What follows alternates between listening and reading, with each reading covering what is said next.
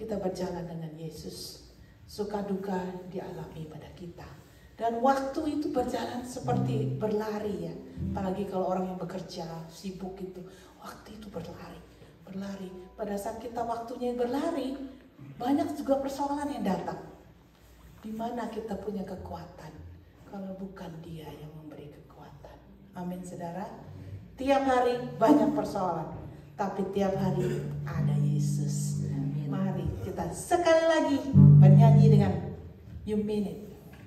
Hari-hari lalui bersama Yesus, suka duka ku jalani bersama Yesus, persoalan pencobaan kan ku hadapi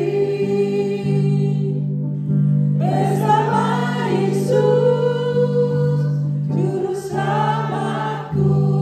Bersama Yesus,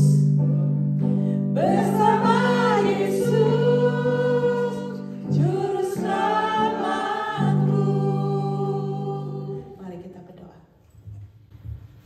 Tuhan Yesus, hari ini kami bersyukur Tuhan, kami bisa kembali di sini Tuhan, untuk belajar firman-Mu, untuk memuliakan Engkau. Terima kasih Engkau selalu bersama di hari-hari ini Tuhan, tidak pernah tinggalkan kami. Terima kasih untuk kesetiaan-Mu Tuhan. Terima kasih untuk selalu Tuhan menopang kami pada saat kami lemah. Tolong berkati PRT hari ini Tuhan, biar nama-Mu saja yang dimuliakan. Dalam nama-Mu Yesus kami berdoa, amin. Satu tema yaitu pertumbuhan gereja.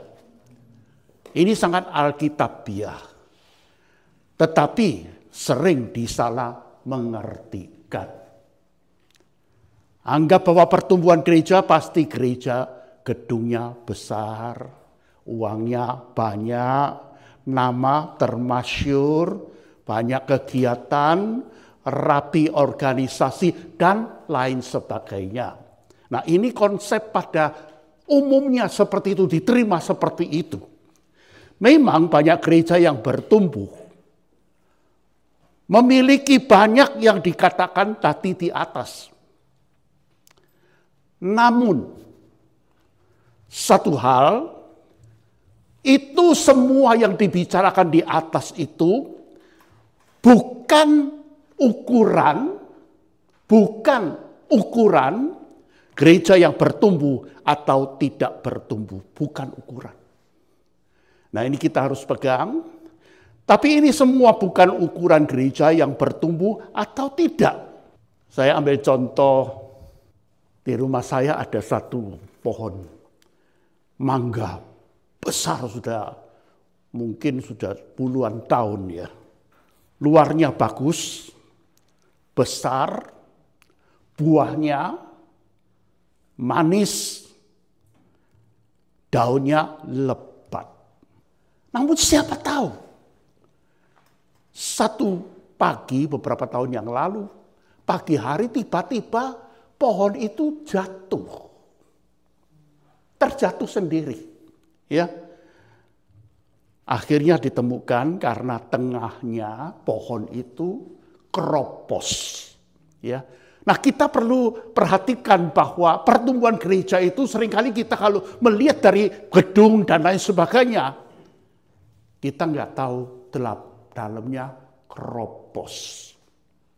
Banyak gereja yang dijual ya, gereja yang besar ya, yang dahsyat sekali. Akhirnya dijual dan lain sebagainya. Nah, ini menunjukkan ada kekeroposan di dalam gereja. Nah, ini yang perlu kita hati-hati. Sebelumnya kita membicarakan gereja yang bertumbuh, kita perlu mengetahui apa namanya gereja itu. Siapa gereja itu? Efesus pasal 1 ayat 22 dan 23. Di sana dikatakan apa? Kristus kepala gereja. Gereja tubuh Kristus. 1 Korintus 12 ayat 27 juga mengatakan bahwa gereja itu saling sebagai anggota tubuh. Ya, gereja adalah apa? Adalah bukan bangunan, bukan nama istilah daripada organisasi dan lain sebagainya, sama sekali bukan. Gereja adalah sekelompok orang yang percaya Yesus sebagai juru selamat. Sekelompok inilah yang disebut gereja. Anak-anak Tuhan. Orang-orang yang memiliki dan dimiliki oleh Kristus Yesus. Orang-orang yang dibenarkan oleh iman. Ya, iman kepada Yesus mendatangkan pembenaran aku yang berdosa. Dosa kita diampuni, dosa kita dikuduskan, disucikan dengan darah Yesus Kristus. Orang yang mempunyai hidup kekal, pengharapan kekal. Nah, kita yang sudah diselamatkan, inilah yang disebut gereja. Siapa? Orang-orangnya. Maka pertumbuhan gereja bukan berbicara pertumbuhan daripada di luar itu, tetapi adalah membicarakan setiap kita sebagai anggota gereja bertumbuh atau tidak. Yesus hanya memiliki satu gereja. Bukan IGNC tok. Ya, bukan ini GKI, GK apa. Bukan itu. Yesus hanya mempunyai satu gereja yang disebut tubuh Kristus. Ya. Kristus adalah kepalanya.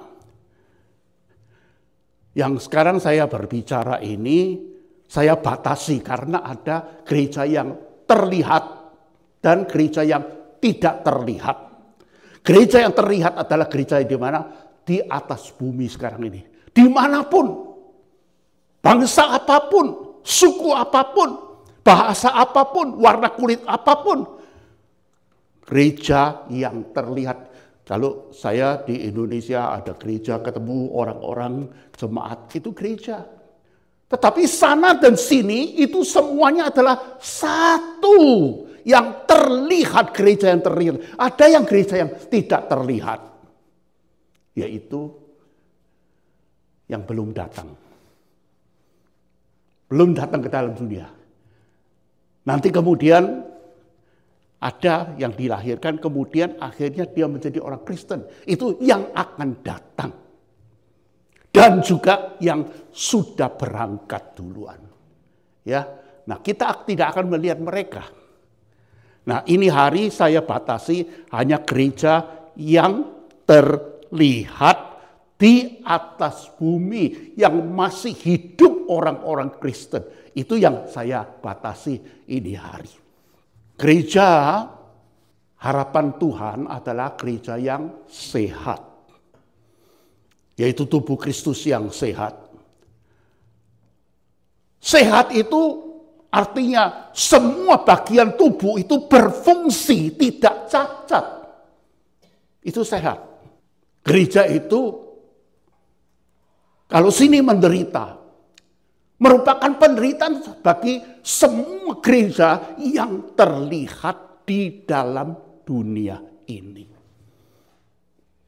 Yang artinya kalau peribahasa Mandarin yang mengatakan tong yang yukong, ya, tong sakit, yang gatal, ikong semua akan rasakan. Bukan saja yang misalnya dalam bagi tubuh kita. Saya merasakan lapar. Apakah lapar lalu tangannya mengatakan syukur, syukur, syukur kamu. Puji Tuhan kau yang lapar. Itu bukan itu. Pada saat kita merasakan lapar, tangan pun bingung, mata pun bingung, kaki pun bingung, hidung pun bingung, kuping pun bingung, mulut pun bingung. Semua bagian daripada tubuh bekerja karena sama-sama menderita seluruh tubuh. Bukan sekedar perutnya aja. Apa yang ada dalam tubuh kita itu merasa penderitaan. Maka bersama selesaikan penderitaan tersebut. Gereja tubuh Tuhan yang sehat. Saya ajak kita semua membaca bagian firman Tuhan, pasal 1 ayat ke-8 dikatakan, tetapi kamu akan menerima kuasa kalau Roh Kudus turun ke atas kamu, dan kamu akan menjadi saksiku di Yerusalem dan di seluruh Yudea dan Samaria dan sampai ke ujung bumi.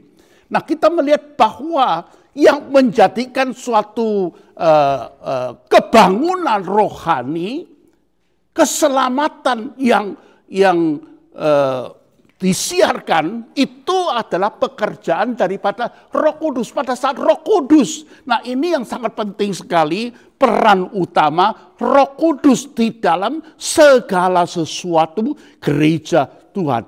Ini yang seringkali kita kurang utamakan, sehingga utamakan usaha manusia. Gereja Tuhan yang sehat, pasal 2, ketika tiba hari Pentakosta, semua orang percaya berkumpul di satu tempat. Tiba-tiba turunlah dari langit suatu bunyi seperti tiupan angin keras yang memenuhi seluruh rumah di mana mereka duduk. Dan tampaklah kepada mereka lidah-lidah seperti nyala api yang bertebaran dan hinggap pada mereka masing-masing. Maka penuhilah mereka dengan Roh Kudus. Lalu mereka mulai berkata-kata dalam bahasa-bahasa lain, seperti yang berikan oleh Roh itu kepada semua untuk mengatakannya. Waktu itu di Yerusalem, diam orang-orang Yahudi yang saleh, perhatikan ya, orang Yahudi yang saleh, ya, dari segala bangsa di bawah kolong langit. Segala bangsa di sini ya. Ketika turun bunyi itu, berkerumunlah orang banyak. Mereka bingung karena mereka masing-masing mendengar rasul-rasul itu berkata-kata dalam bahasa mereka sendiri. Perhatikan 7, mereka semua tercengang-cengang dan heran dan berkata, bukankah mereka semua yang berkata-kata itu orang Galilea? Murid Yesus semua dari Galilea kecuali Yudas Iskariot. Bagaimana mungkin kita masing-masing mendengar mereka berkata-kata dalam bahasa kita sendiri? Perhatikan, yaitu bahasa apa yang kita pakai di negeri asal kita. Kita orang Partia, Media, dan seterusnya 10 lebih macam bangsa atau suku.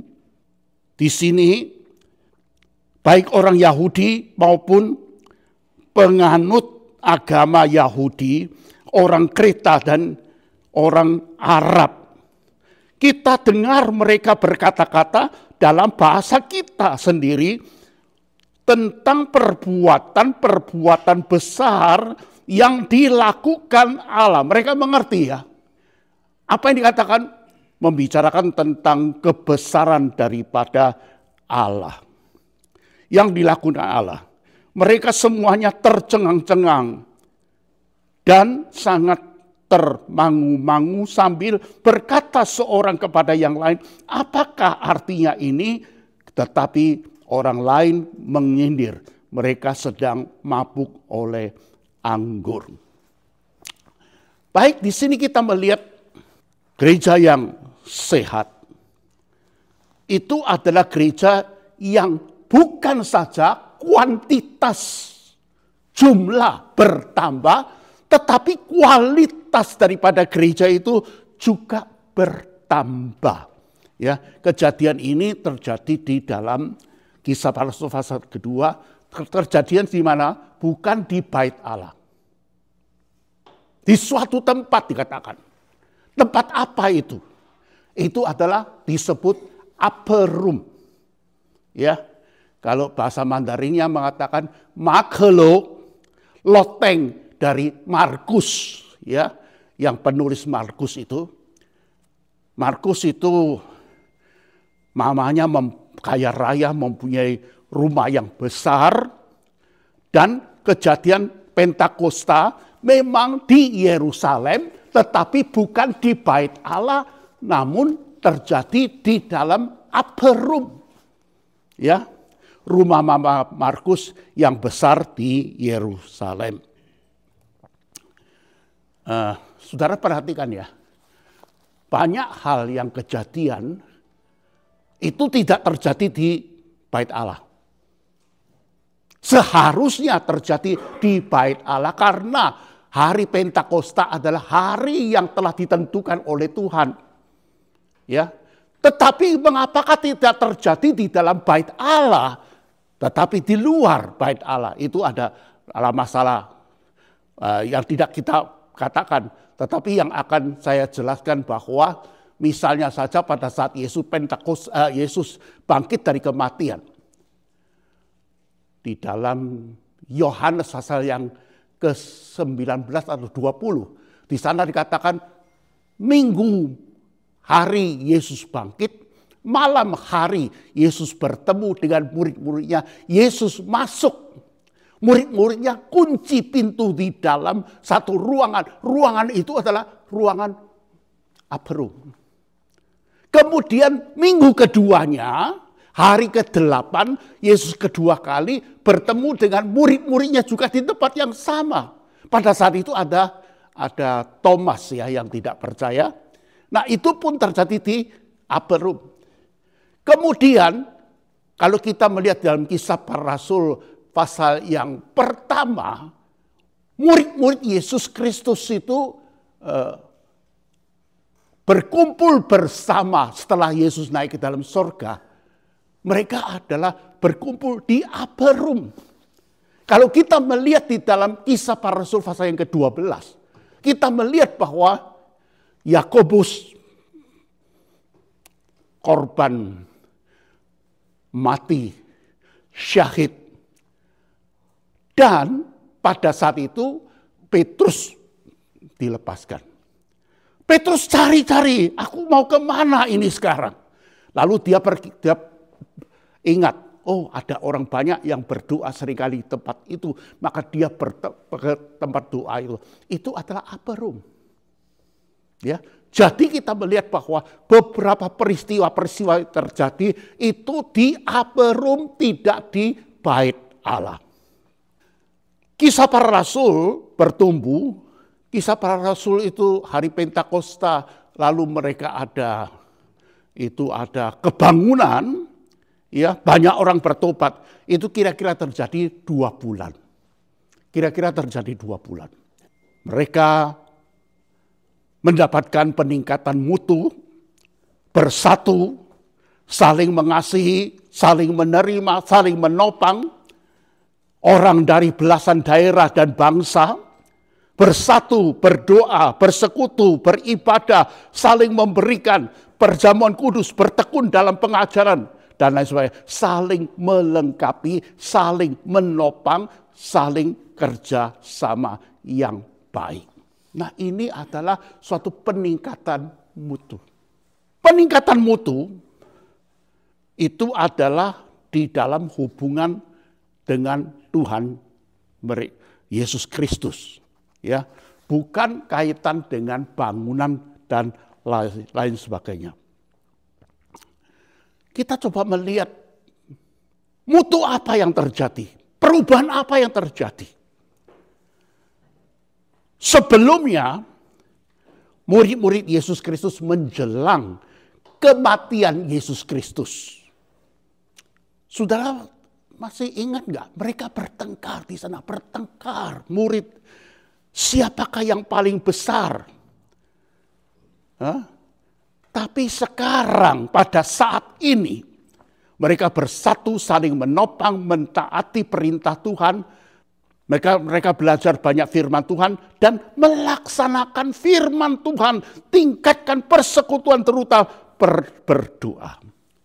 Nah saudara sekalian, kita datang. Tetapi di dalam persekutuan-persekutuan seperti ini, ibadah seperti ini. Tetapi kita melihat bahwa masih banyak orang yang belum ikut. Untuk meningkatkan mutu gereja. Bukan saja kita, tetapi semua. Bukan saja tubuh yang sehat itu adalah tubuh yang tidak cacat, yang setiap bagian menjalankan tugasnya, fungsinya masing-masing.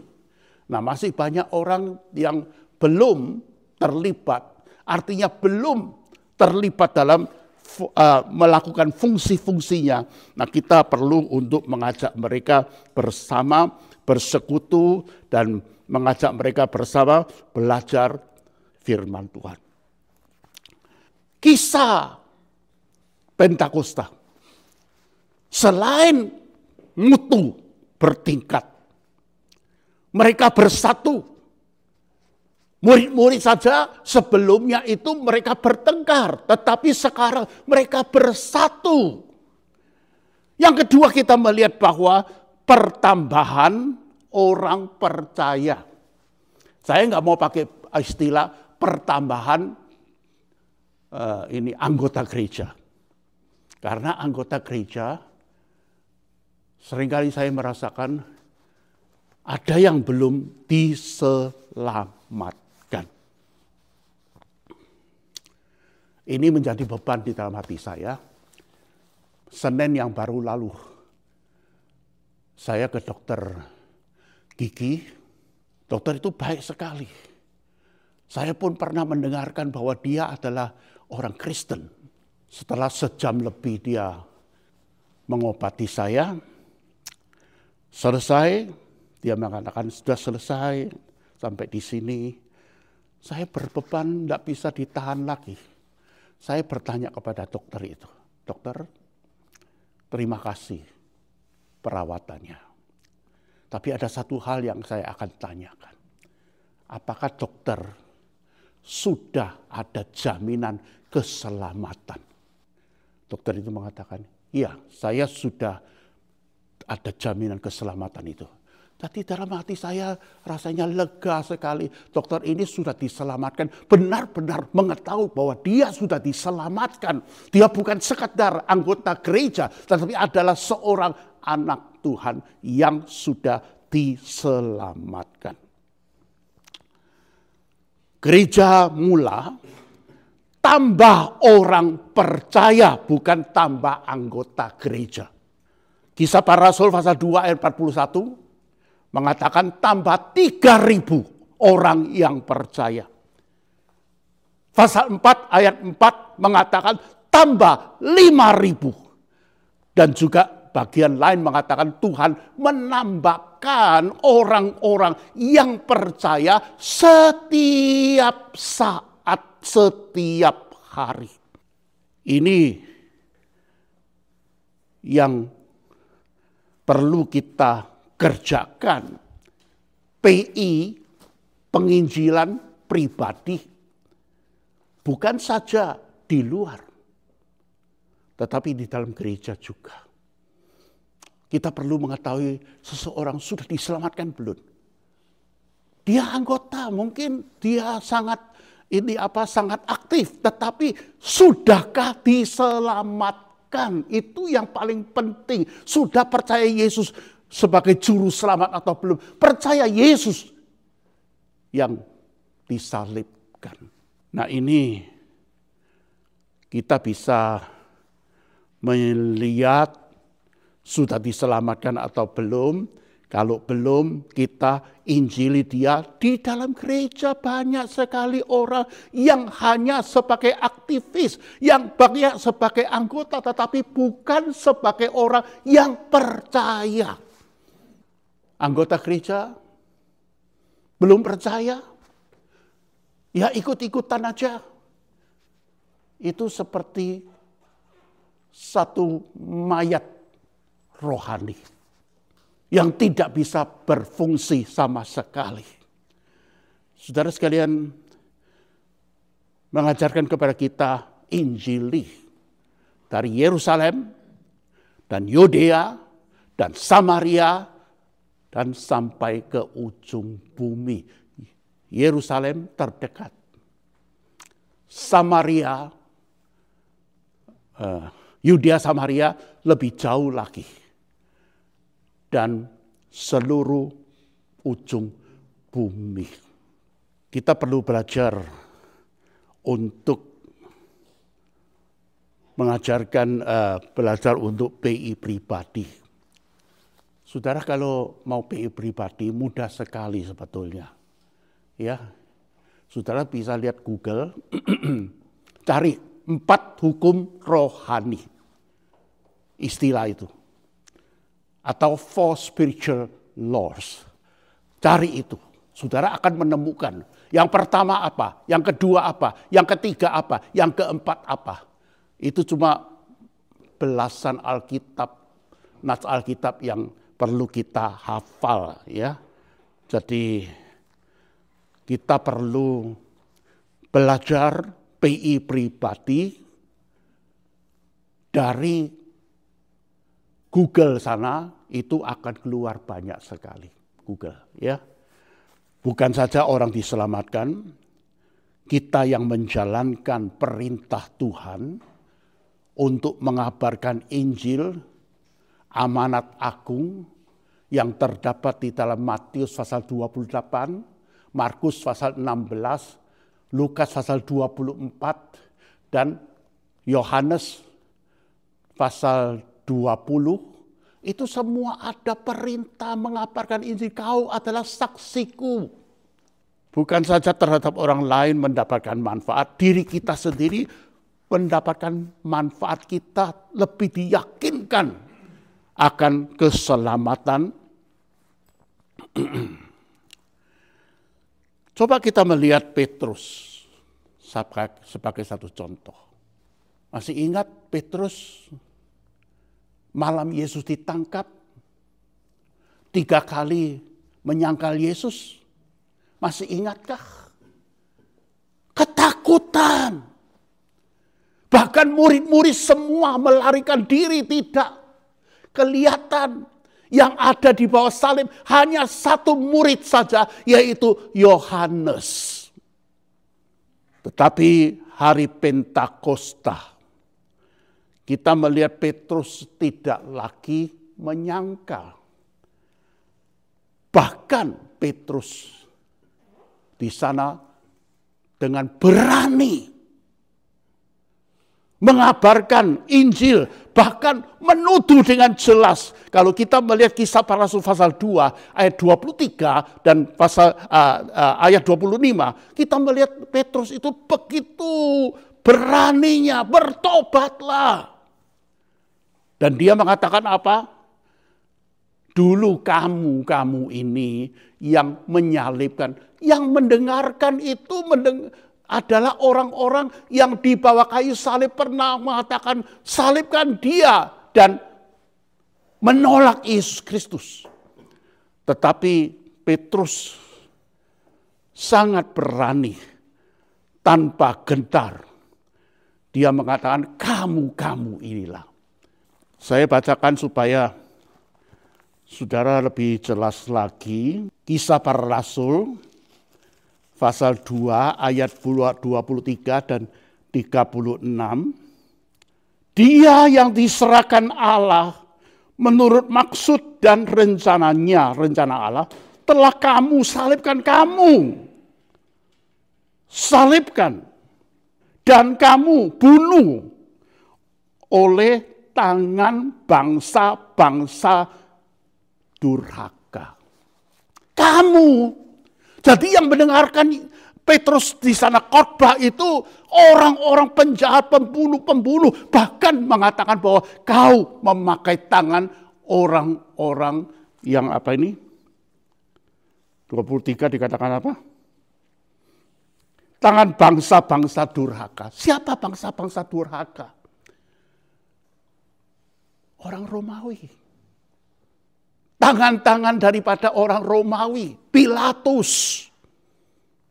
Itu orang-orang yang disebut di sini sebagai bangsa-bangsa yang durhaka. Kamu pakai orang-orang ini. Jadi sangat berani sekali ya, bukan bisik-bisik berbicara, tetapi dengan suara keras sekali dia berbicara tentang hal ini. Kamu, tanpa gentar, Petrus mengatakan. Kisah para Rasul pasal yang kedua mengatakan juga yang ketiga, tadi pertambahan mutu. Kedua, pertambahan orang yang percaya. Yang ketiga, di sini kita melihat PI, ya. Pasal 1 ayat 8, tetapi kamu akan menerima kuasa. Kuasa dari mana? Kalau Roh Kudus turun ke atas kamu. Dan kamu akan menjadi saksiku di Yerusalem dan di seluruh Yudea dan Samaria dan sampai ke ujung bumi. Kamu akan menjadi saksiku. Saksi Yesus Kristus. Yesus dan salibnya. Dan di sini katakan ayat yang ke-8, kamu akan menjadi saksiku di Yerusalem dan di seluruh Yudea dan Samaria dan sampai ke ujung bumi. Dan. Di sini mengajarkan kepada kita bahwa penginjilan itu, PI itu dan. Bukan setelah ini, baru ini. Enggak. Bersamaan artinya dimanapun kita berada. Di sanalah saksi sebagai saksi daripada Tuhan. Kalau kita melihat kisah para rasul pasal yang ke-1 sampai 7. Injil di mana? Injil di Yerusalem. Injil di Yerusalem. Belum keluar dari Yerusalem. Tetapi pasal 7 setelah Stefanus terbunuh di rajam batu. Mulai pasal yang ke-8 sampai dengan pasal yang ke-12. Itu adalah Injil sampai ke Yudea dan Samaria. Alkitab mengatakan Yerusalem, Yudea, Samaria sampai ke ujung bumi. 8 sampai 12 adalah di Yudea dan Samaria. Mulai pasal 13 sampai pasal 28 Injil sampai ke Eropa, ujung bumi saat itu. Kira-kira 30 tahun lamanya. Dari pasal pertama sampai dengan pasal 28, sekarang masih di dalam perjalanan penginjilan, ya. Hanya 30 tahun kurang lebih. Injil dari Yerusalem sudah menerobos sampai ke Eropa. Ya, sampai ke Eropa. Dan menurut peneliti Alkitab mengatakan bahwa saat itu setelah 30 tahun, orang yang percaya seluruhnya kurang lebih 100.000 dan memiliki puluhan gereja-gereja yang terpencar di mana-mana. Mereka tidak mempunyai gereja, tetapi kebanyakan mereka di rumah orang. Saudara sekalian, ini hari kita melihat ada 3 hal yang perlu kita ingat. Yang pertama, pertumbuhan orang percaya. Yang kedua, pertumbuhan dalam mutu orang yang percaya. Yang ketiga, orang percaya keluar. Mulai pasal 13 itu bukan saja sudah bukan kita jarang melihat Petrus. Tetapi pasal 13 mulai terus itu kebanyakan menyebut Paulus. Ya, menyebut Paulus. Jadi kita melihat bahwa gereja terus bertumbuh, bertambah pemimpin-pemimpin gereja dan lain sebagainya. Nah, ini adalah pertumbuhan dan penting sekali jangan kita mencari hanya anggota gereja aja. Jumlah aja. Mutunya dia orang yang percaya tidak. Orang yang terus bertumbuh di dalam kerohanian tidak. Rumah seperti ini mudah dibangun. Ya. Insinyur yang sederhana aja bisa membangun. Tapi kalau puluhan tingkat, tidak sembarang orang yang bisa membangun, orang pendidikan yang tinggi luar biasa, yang mendapatkan sertifikat dari pemerintah, baru dia boleh menjalankan atau tidak.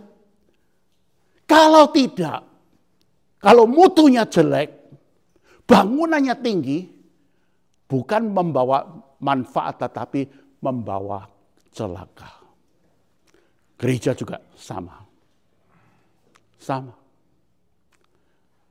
Nah, ini hari kita sedikit dari kisah para rasul melihat pertumbuhan gereja 30 tahun pertama setelah Yesus naik ke surga. Nah, sampai ini hari sudah 2000 tahun masih berjalan dan kita melihat bahwa banyak gereja yang hanya dihitung jumlah tetapi mutunya sangat mengecewakan. Apa tugas kita di dalam masyarakat? Bagaimana meningkatkan mutu kekristenan anak Tuhan supaya gereja Tuhan bisa bangkit kembali. Kita tundukkan kepala, kita masuk dalam doa. Mari kita bersatu hati sebagai tubuh Kristus, sebagai gereja Tuhan. Kita membawa doa-doa kita di hadapan Tuhan. Sebelumnya mari kita naikkan pujian Allah kuasa melakukan. Allah kuasa melakukan segala perkara. Allahku Maha Kuasa. Dia ciptakan seisi dunia, atur segala masa. Allahku Maha Kuasa. Benar Tuhan, kami bersyukur kami memiliki Allah yang berkuasa. Allah yang mampu melakukan segala sesuatu. Karena Allah kami adalah Allah yang tidak terbatas. Saat ini Tuhan, sebagai anak-anak Tuhan, kami mau duduk diam lagi di hadapan-Mu. Setelah kami belajar akan kebenaran firman-Mu. Saat ini Tuhan, kami sadar sebagai manusia, kami penuh dengan keterbatasan. Karena itu, kami membutuhkan pertolongan dari Tuhan. Secara khusus saat ini kami mau berdoa Tuhan sebagai gereja Tuhan. Mendoakan setiap saudara-saudara kami yang dalam keadaan sakit atau tubuh yang lemah. Kami terus mau berdoa Tuhan untuk Ibu Nina. Tuhan, sebagaimana kami telah mendengar dari kesaksiannya bahwa Tuhan adalah Tuhan yang berkuasa. Dan kami percaya segala sesuatu yang Tuhan izinkan bagi Ibu Nina itu mendatangkan kebaikan baginya. Berikan dia kesabaran, berikan dia sukacita di dalam menantikan waktu Tuhan yang terbaik di dalam menjalankan operasi yang akan dilakukan. Terima kasih Bapa. Juga terus kami mau berdoa Tuhan untuk Ibu Lismur. Kami bersyukur untuk apa yang telah Tuhan buat dalam hidupnya. Oleh karena itu kami mau serahkan pemulihan kesehatannya, daya ingatnya, biarlah Tuhan tambahkan. Juga kami terus mau berdoa Tuhan untuk remaja kami Arthur Palar. Oh Tuhan, kami mohon bersatu hati bersama-sama, biarlah boleh kesembuhan yang sempurna boleh terjadi buat remaja kami Arthur Palar, juga untuk Rina Porung dalam pemulihan kesehatan. Tuhan memberkati sehingga pemulihan yang sempurna boleh terjadi buat Ibu Rina. Juga kami mau berdoa Tuhan untuk mamanya Hegel dalam pemulihan kesehatan. Juga kami berdoa untuk Walter, suami dari Eti yang mata kanannya juga masih belum jelas. Kami mohon biarlah Tuhan menjamah dengan kuasa kesembuhan yang daripadamu. Juga terus Tuhan kami berdoa Tuhan untuk adik kami Charlie. Biarlah Tuhan menyembuhkan dengan kuasa-Mu yang ajaib. Tidak ada yang mustahil bagi Tuhan. Biarlah cara dan waktu Tuhan yang akan terjadi buat adik kami Charlie. Juga terus kami mau berdoa Tuhan untuk Yafet Martin, anak dari Cirita di Indonesia yang pada saat ini sakit autoimun dan liver. Tuhan, biarlah Tuhan menyembuhkan adik kami ini. Tuhan boleh menyembuhkan dengan cara-Mu Tuhan. Sebagai manusia kami hanya berserah. Kami percaya bahwa kuasa kesembuhan Tuhan boleh terjadi untuk adik kami Yafet Martin.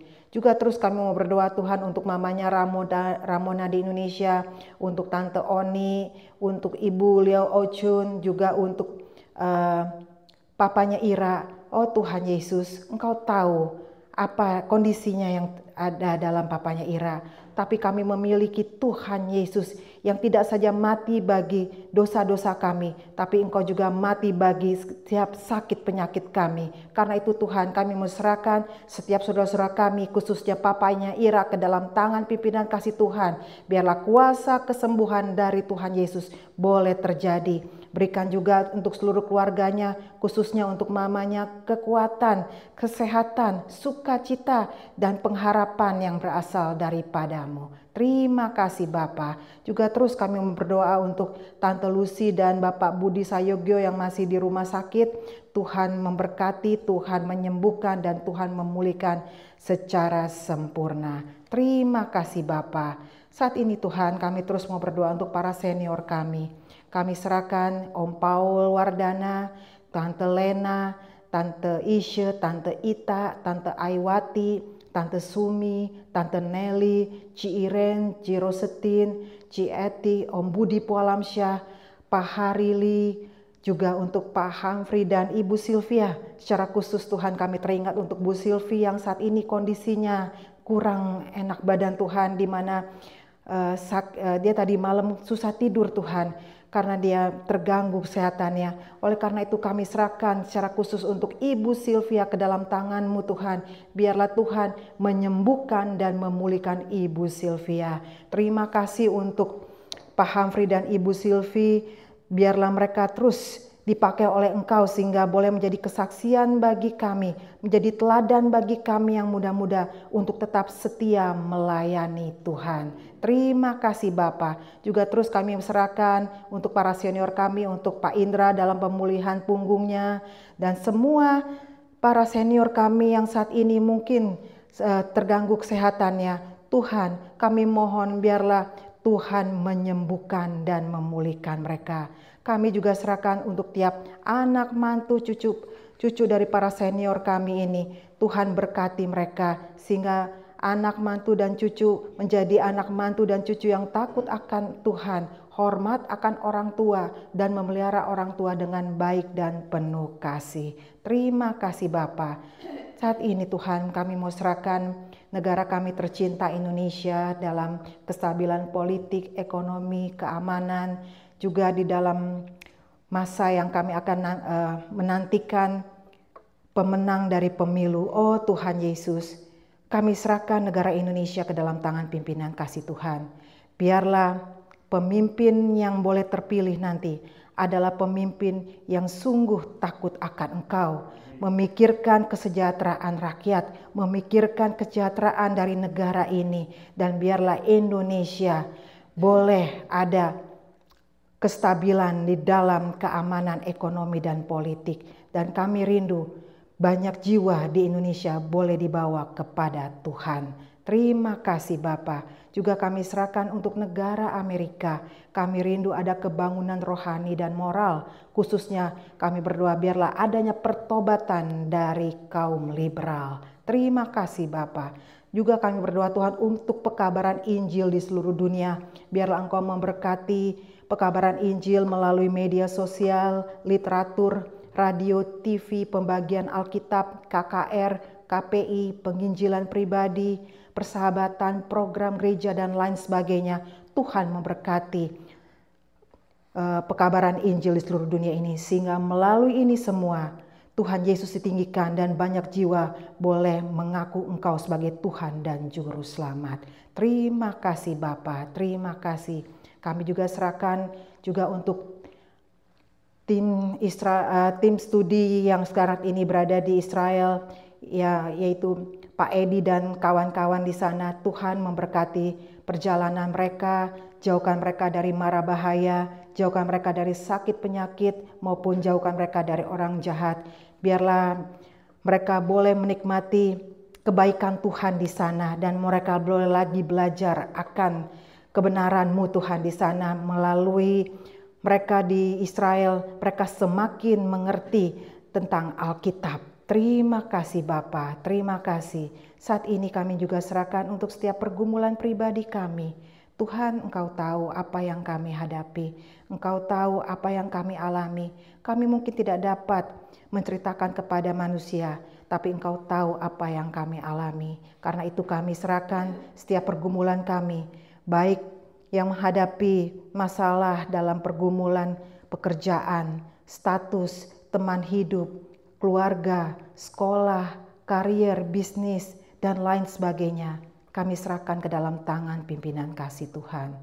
Biarlah Engkau menjawab sesuai dengan waktu dan cara-Mu, dan berikan kami iman dan pengharapan bahwa Tuhan Yesus adalah kekuatan kami. Tuhan Yesus adalah jalan keluar dalam setiap pergumulan dan masalah yang kami hadapi. Terima kasih Bapa. Terima kasih, kami percaya Engkau hadir di tempat ini dan Engkau mendengar setiap seruan dan doa kami. Berikan kami mata iman bahwa Tuhan akan menjawab setiap pergumulan kami. Terpujilah Engkau Bapa. Di dalam nama Tuhan Yesus kami berdoa dan mengucap syukur kepada Bapa di surga. Yesus, Yesus, dengar doaku. Yesus, Yesus, dengar doaku.